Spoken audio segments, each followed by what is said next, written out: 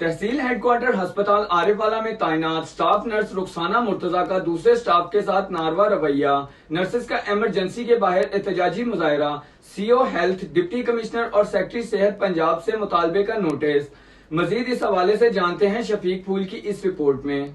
साल से पिछले 2 साल से मुख्तलिफ तरीकों से छुट्टी पे है और उसकी हाजिरियाँ भी लग रही हैं और तनख्वाह भी पूरी ले रही है, कोई अलाउंस इसका डिडक्ट नहीं हो रहा और घर बैठे वो पे ले रही है। हमें इनकी बदमाशी नामंजूर और हमारे पे पर्सनल वो कीचड़ उछाल रही है हम लोगों पे।